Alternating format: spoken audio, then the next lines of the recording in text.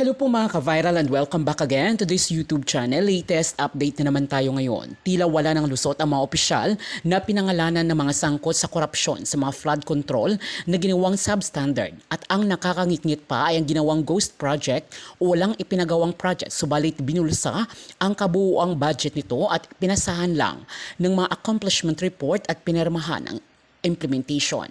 Karamihan sa mga ghost project na ito ay makikita sa probinsya di umano ng Bulacan. Senator Jinggoy Estrada at Villanueva ay hindi na nakapalag at nasukol na. Ayon sa whistleblower ng Kongreso na dating Assistant District Engineer ng 1st District ng Bulacan, ni si Bryce Hernandez ay meron umanong insertion sa Escudero na 355 million at 600 million naman kay Villanueva kung saan 30% di umano dito ay napunta sa kanila. Kasama sa kanyang pagsisiwalat ay ang mga litrato ng limpak-limpak na pera sa umano'y tambayan o opisina ni District Engineer Alcantara na ibabahagi o hahatiin sa mga opisyal na makatanggap ng kickback. Merong umanong nagdala ng pera sa opisina ni Estrada na tinanggap ng certain Bing Ramos na empleyado umano ni Estrada sa Senado. Hawak na din ni Senator Lacson ang CCTV footage ng paghatid ng pera sa Senado. Samantala, si Villanueva naman ay mayroong chat messages di umano kay DE Alcantara via Viber app hinggil sa pagbibigay ng kickback. Subalit, galit na tinawag na Estrada si Hernandez na sinungaling. Aniya ay walang katotohanan ang lahat ng mga akusasyon sa kanya. Si Hernandez di umano ang dapat maparusahan dahil sa milyon-milyon na nilustay nito na pera sa kasino na galing sa mga proyekto ng DPWH sa Bulacan. Handa di umano siyang buksan ang kanyang mga bank accounts upang mapatunayan na wala itong itinatago. Samantala, si Senator Villanueva naman ay tinawag na paglilihi sa tunay na salarin sa mga flood control projects ang pagsisiwalat ni Hernandez. Meron umanong mga kongresista sa likod ni Hernandez na nagsusulsol na idiin ang kanilang pangalan upang pagtakpan ang totoong utak ng korupsyon. Dahil ito yung unang hearing ng Senate Blue Ribbon Committee sa ilalim ni Senate President Pro Tempore Ping Lacson.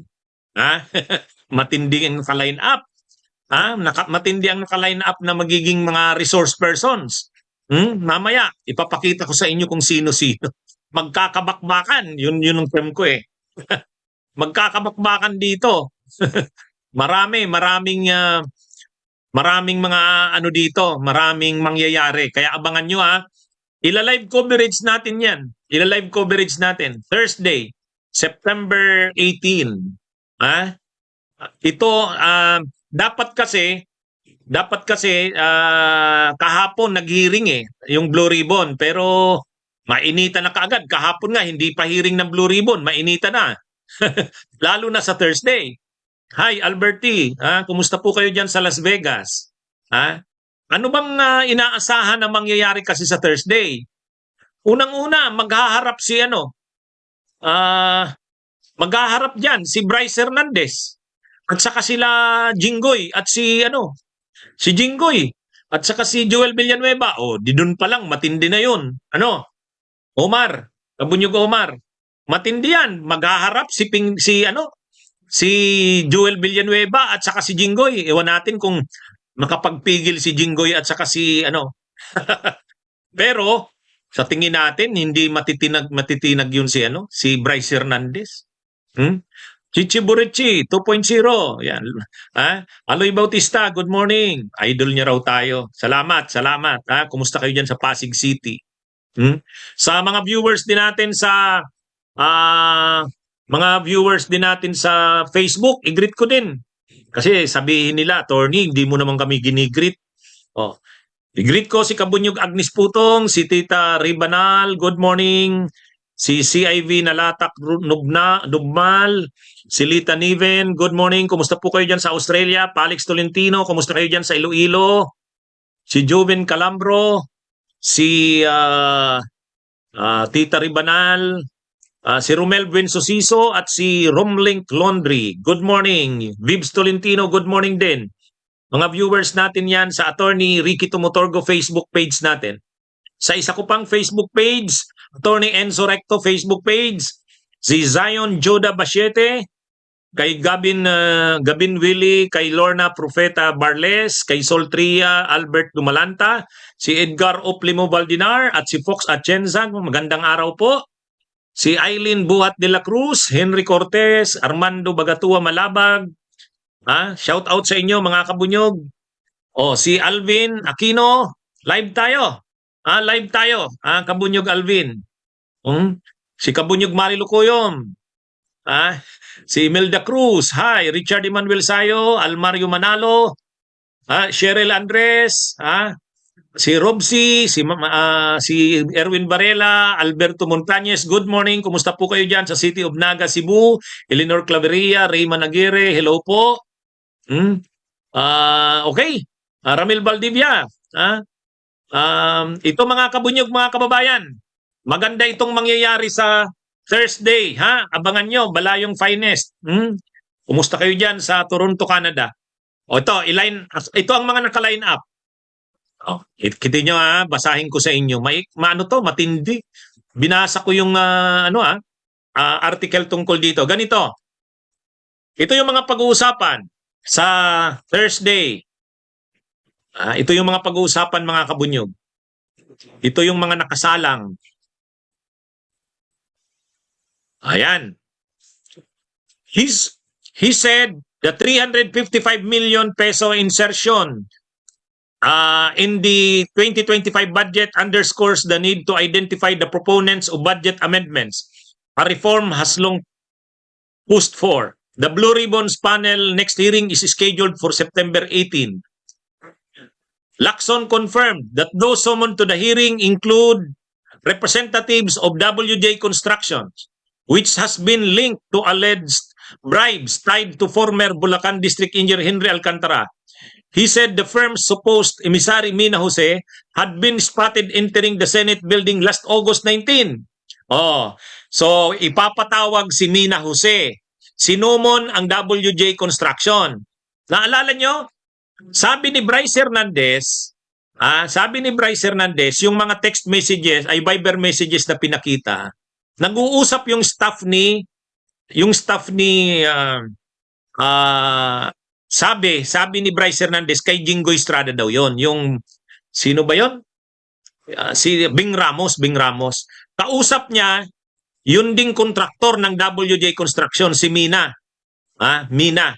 Ngayon, sabi ni Senador Ping Lacson, nasa CCTV na noong August 19 pumasok ng Senado si Mina Jose. Hindi alam kung saan siya pumunta. Hindi alam kung saan siya pumunta. Pero nagpauna na si Jinggoy Estrada, sabi niya hindi sa akin pumunta yon. Sige, malalaman natin. Kung sisipot itong si Mina Jose, tatanungin siya. Nandun ka ba sa Senado noong August 19? Huwag kang magsisinungaling. Nasa CCTV. Pag sinabi niyang opo, anong sadya mo doon? Kanino kang opisina pumunta? Yun. Ang gandang abangan. Ano kayang magiging sagot niya? Kaya parang teleserye ito, Kabunyog Raquel Parnaso, Edgardo Cruz Sr. Parang teleserye ito. Abangan natin. Ang sabi pa naman ni Senador Ping Lacson, hawak na nila ang CCTV. Sigurado na yung kontraktor ng WJ Construction pumasok sa Senado August 19. Ang hindi na lang alam kung kanino. Kaya lang galit si Cayetano. Si Alan Peter Cayetano, Kabunyog Benny Barameda live po tayo, galit. Bakit daw sinusubaybayan na ang galaw ng mga senador? Parang takot si Cayetano. Kini-question niya yung sinabi ni Senator Ping Lacson na may hawak na silang CCTV at alam nila na may pumasok ng kontraktor doon August 19. Ang itatanong na lang kung kaninong opisina pumunta. Kaya lang umaalma na si Cayetano. Bakit parang binabantayan na kami ng mga galaw namin? Natatakot na yata si Cayetano. Natatakot na yata. Kaya aabangan natin yan. Yan ang isa. Yan ang isa. Ipapatawag si Mina Jose. Yan yung ka-text or ka-Viber message nung staff di umano ni Jingo Estrada. Ang staff ni Jingo Estrada di umano yung Bing Ramos. Pero dinideny naman yun ni Jingo Estrada. Sabi niya, wala akong staff na Bing Ramos. Ang alam kong staff ng na Bing Ramos doon sa Senate Blue Ribbon Committee. Pero nung bandang huli, pahabol na naman ni Jinggoy. Pero boyfriend yan, ay girlfriend yan nung staff ko. Di ba?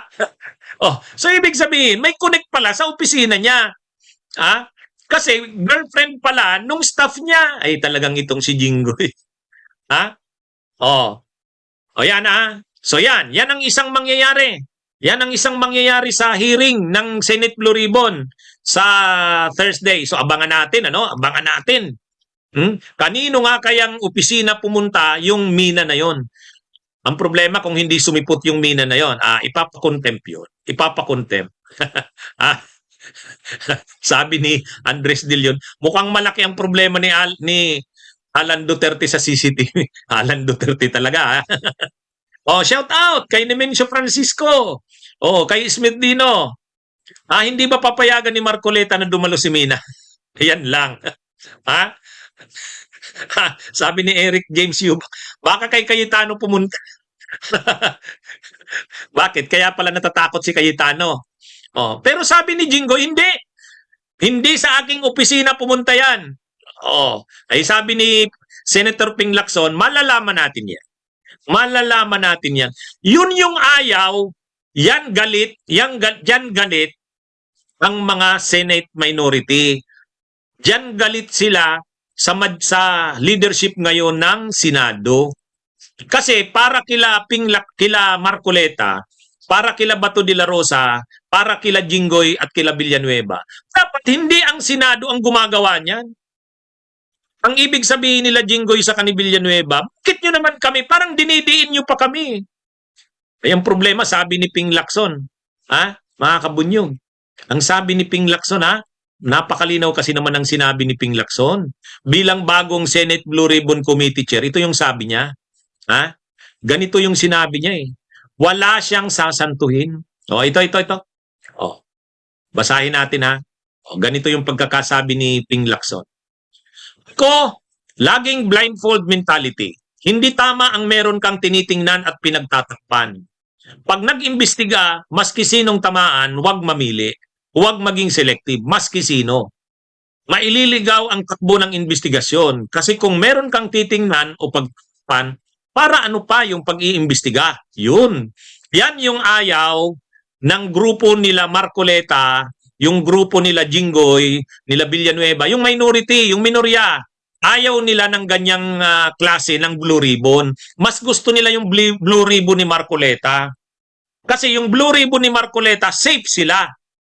Kaya nga sabi ni Marcoleta kay Jinggoy, safe ka na Jinggoy Diba? Ang problema, itong si Lacson, hindi nila pwedeng dalahin sa ganun. Hindi nila pwedeng dalhin sa ganun. Ang sabi ni Ping Lacson, kahit kasamahan natin sa Senado, kahit empleyado pa ng senador, hindi pwede. Hindi pwede. Yan yung pagkakaiba ng Blue Ribbon ngayon. Ay noon happy na sana sila eh. Si Marcoleta, protektado sila. Si Chis Escudero, protektado rin sila. Ay iba na ngayon eh. Iba eh. Kaya ito na ngayon ang problema. Anyway, ano pa ba yung ibang pag-uusapan? Sige, ito. Ito pa. Mga kabunyog. Also to be called are DPWH USEC Catalina Cabral, the so-called BGC boys of DPWH accused of gambling away taxpayers' funds, and the couple si Zara and Pacifico Discaya who gave conflicting testimonies in Congress. O yan. So nandun si Discaya. So pwedeng itatanong na dun si Discaya. Tatanungin na dun si Discaya sa 18. Bakit ang mga sinabi mo panay lang kongresista, walang senador? Bakit ang mga sinabi mo ay mga anomalya lamang panahon ng Marcos 2022, walang panahon ni Duterte 2016? Alam na natin ang sagot diyan. Nagsabi na yung abogado ni Discaya Sabi ni Attorney Samaniego, ay sinabihan naman kami ng Senado eh. Ang saklawin lang daw ng sasabihin namin yung July 2022 to present eh. Patay. Ha? Patay. Ha? Oo. Kaya mga kabunyog, mga kababayan, pag nagsabi sila Sara Diskaya, ay yun ang instruction sa amin is, ang sunod na tanong niyan, sinong nag-instruction nyo niyan? Patay na si Marcoleta niyan. Patay na si Marcoleta. Oh, pwedeng tatanungin pa ang Diskaya. Bakit kayo napili na ingganyo na maglabas ng mga pangalan? Sasabihin nila, kasi pinangakuan kami na gagawin kaming state witness. Sinong nangako sa inyo? Patay na naman si Marcoleta. Ha? Patay. Malalaman yan sa Thursday kung tatanungin si Diskaya. Oh. Tapos yung si Bryce Hernandez, ipipresent yan sa Thursday. Kasi nandun na si Bryce Hernandez sa Senado eh. Oh, sigurado, baka baka sa sobrang init ng ulo ni Marcoleta sa ni Jinggoy. Ha? Aabangan talaga natin yung confrontation ni Jinggoy, ni Villanueva at saka ni Bryce Hernandez. Aabangan natin yan. Paano kaya i-handle yan ni Ping Lacson, Mabigat ang role ni Ping Lacson diyan. Siguro may dalang pito si Ping Lacson, parang pulis. Pulis naman si Ping Lacson. Oh, break. Oh, kasi mainitan yan. Imagine niyo maghaharap si Bryce Hernandez. Maghaharap si Bryce Hernandez at saka si Ha? Oh, maghaharap si Bryce Hernandez sa sila Villanueva at si Jinggoy. Oh, kaya matindi to mga kabunyog itong hearing ng Senate Blue Ribbon. May isa pa ditong magandang pag-uusapan. Oh, balikan natin yung nasa taas. Yan yung sa pinakataas na paragraph. He said sa the 355 million insertion in the 2025 budget underscores the need to identify the proponents of budget amendments. Wow! Aalamin din sa hearing sa Thursday. Di ba ipapatawag si Grace Po? Ang alam ko ipapatawag si Grace Po para malaman sino talaga ang nag-insert ng 355 million. Ha? Ayan. Oh, mga kabunyog, mga kababayan, abangan ninyo. Pinopromote ko na yung hearing ng Blue Ribbon sa September 18. Ito ang pagkakaiba ng hearing ng Blue Ribbon sa ilalim ni Lacson kaysa kay Marcoleta. Doon kasi kay Marcoleta, walang senador na nababanggit eh. Dito, senador mismo, harap-harapan. Ha? Ha? Oh.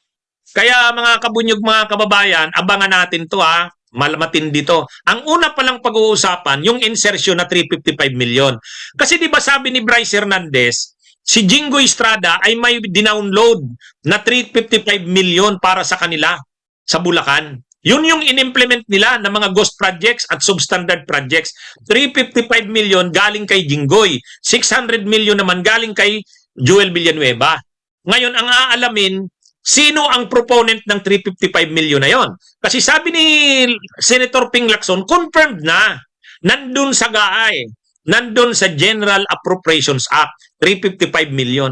Pero kaninong insertion yon? Ang magpapaliwanag niyan, si Grace Po. Paano pag sinabi ni Grace Po, kay Jinggoy pong insertion yan? Patay. Patay. Kung kay Jinggoy yan na insertion, sasabihin ni Grace Po yan. Oh, kaya marami magkakaalaman talaga tayo sa Thursday. Magkakaalaman. Ha? Oh, salamat Imakilos. Oh, late daw si Bonjuji from Vancouver. Oh. Kaya ito, abangan natin ha. Abangan natin. Yan yung magandang hearing sa Thursday. Maghaharap-harap ang mga unang-una sana umattend nga si Grace Po. Kasi si Grace Po yung makakapaglinaw sa 19th Congress kasing Senado, siya ang Finance Committee Chair. Siya ang Finance Committee Chair. Oh. Okay? O, abangan natin ha.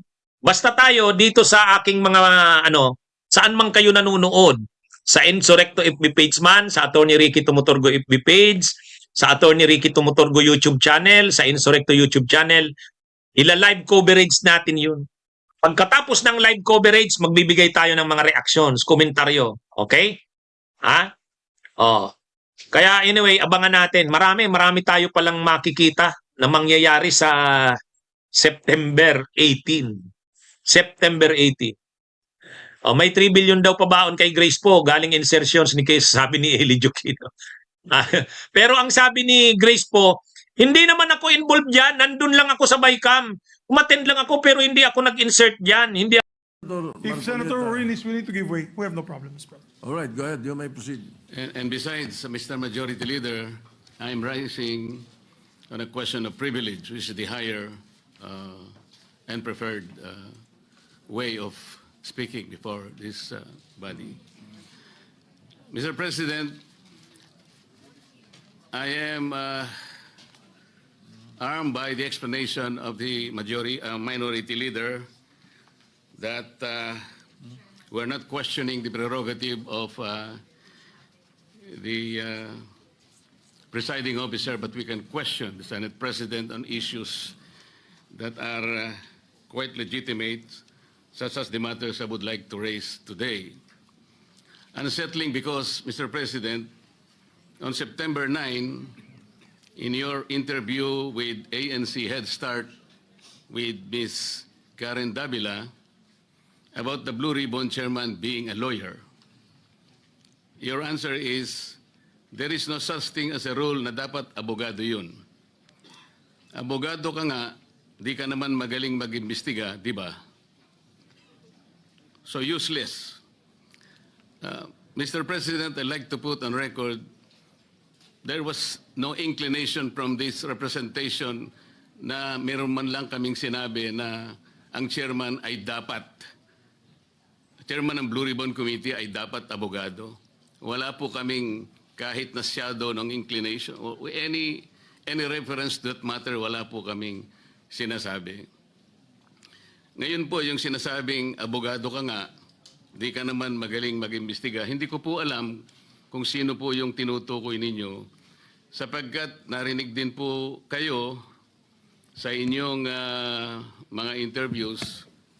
Sinabi niyo po, Mr. President, na maraming dissatisfied sa direksyon na tinahak po ng aking investigasyon nung ako pa po ay chairman ng Blue Ribbon Committee.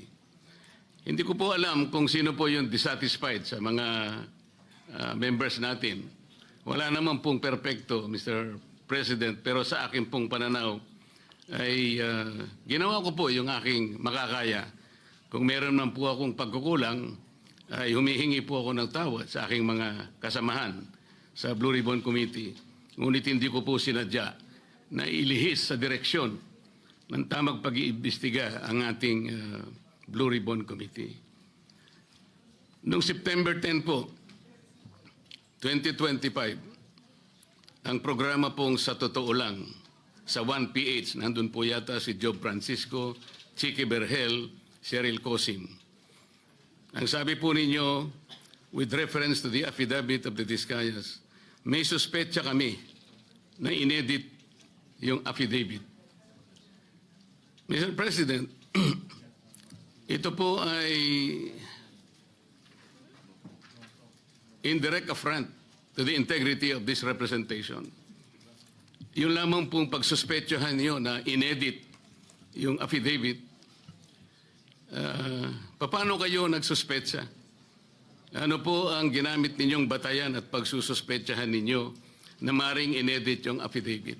Ako po bilang chairman ng Blue Ribbon Committee, nagpakaingat-ingat po ako nung sila po ay sa pamamagitan ng kanilang mga taga-lapit, ay minabuti ko pong hingin sa kanila. Sumulat sila sa akin para malaman ko kung talagang meron silang kagustuhang magpahayag ng kanilang saloobin tungkol sa dinidinig natin sa Blue Ribbon. At gusto kong masatisfy ang sarili ko, Mr. President, kung totoo nga at kung bakit nila gagawin. So nakareceive po ako ng sulat sa kanila, handwritten. At nung malaman ko po na talagang galing sa kanila ang pagpapahayag na voluntaryo, sinabi ko, sige, gawin ninyo. At kinakailangan bago nyo ibigay sa akin, notaryado na yon. At yun pong affidavit na yon, o subscribe sworn statement, Mr. President, ay naibigay sa akin, araw na po, maggagabi na po ng araw ng linggo, in a sealed envelope. At kung sinasabi po ninyo na ang SOP ay dapat na ibigay sa mga miyembro ng ating Blue Ribbon, wala na pong pagkakataon sapagkat sa umaga po alas 9 ay magsisimula na po ang Blue Ribbon Committee. Noong September 14 po sa Twitter ninyo, meron po kayong binanggit at ito po ang nakasulat. Very devious. Wala pang hearing ang Blue Ribbon ni Ping Lacson. Gusto ng ilang magpalitan agad. What are they so afraid of? Bakit minamadali WPP agad ito? Ano bang nangyari? Malalaman natin sa Blue Ribbon kay Senator Lacson, meron siyang investigasyon ginagawa tungkol dyan. Ano po ba yung pinanggalingan ng mga salitang yun, Mr. President? Sino po yung natatakot? Sino po yung nagmamadali? Kung ang inyo pong tinutukoy ay yung aking sulat para irekomenda na mag-apply sa Witness Protection Program ang mag-asawang Diskaya, yun po inaayon sa batas, Mr. President. Ito po ay inaayon sa Section 4, Republic Act 6981. Ito po yung Witness Protection Act. Ang sinasabi po doon, in case of legislative investigations in aid of legislation, a witness with his express consent may be admitted into the program upon the recommendation of the Legislative Committee, where his testimony is needed, when in its judgment there is pressing necessity therefore, provided that such recommendation is approved by the President of the Senate. Ang committee po ay nagpasya, Mr. President, kasi hiniling po nung Diskaya sa kanilang sworn statement na meron tangka sa kanilang buhay, sa kanilang seguridad, ang kanilang pamilya at kanilang mga anak. Kung kami po ay nagmamadali, yun po kasi ang sinasabi ng batas. Para makapag-apply po siya na sa Witness Protection Program, ang chairman po ng committee sa pagsang-ayon ng kanyang mga miyembro, kailangan po kami gumawa ng sulat sa Secretary of Justice. Ayun nga po, ipinrepair namin kagad. Hindi nga lamang po napirmahan ng pumalit na Senate President sapagkat nagpaliwanag siya, nalaman pala niya na meron palang presscon ang ating Department of Justice Secretary na doon sinabi niya, hindi raw siya magbibigay ng witness protection sapagkat kinakailangan munang ibalik ng mga Diskaya anumang pera ang kanilang nakuha sapagkat hindi kanila yon. Sa makatid, ang policy daw ng Department of Justice ay ibalik muna yung pera bago aksyonan ang kanyang aplikasyon sa Witness Protection Program. Mr. President, ako po'y nalulungkot.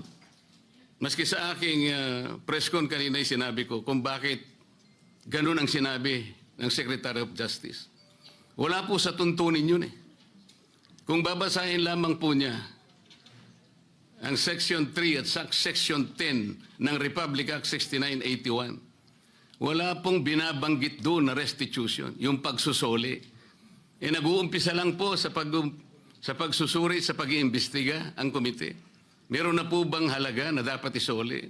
Na-determine na po ba yun? Meron na po bang ruling na kung ano yung kung sino at gaano ang isosoli ng kung sino man ang may kasalanan? Meron na po bang ganun? Wala po eh.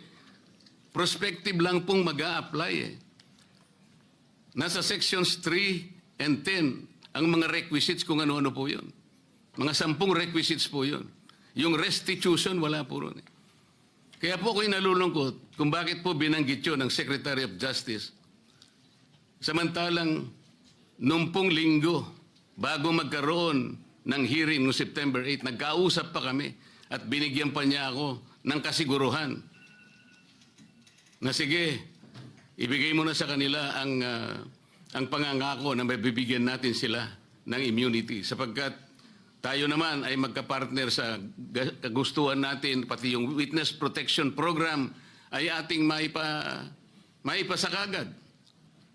So yung pagbibigay po niya sa akin ng garantiya, kasama na po yung kanyang USEC. Yun ang nagbigay sa akin ng lakas na loob. Kaya ako'y sumulat kagad. Hindi ko alam na babaligtarin ako ng Department of Justice. Ngayon po, Mr. President, yun po ang ginamit ninyong dahilan kung bakit hindi nyo pinirmahan. Sana man lang po ay napakarami naman ninyong mga abogado sa inyong opisina rin. Binasa nyo sana yung batas. Kung yung restitution po ay isa sa requisite para ang isang tao ay makapag-apply man lang. Yun po kasi yung prinsipyo ng batas eh. Bago siya gumawa ng isang marahas na kapasyahan, alam niyang mag-aalanganin ang buhay niya. Magsasabi siya, nung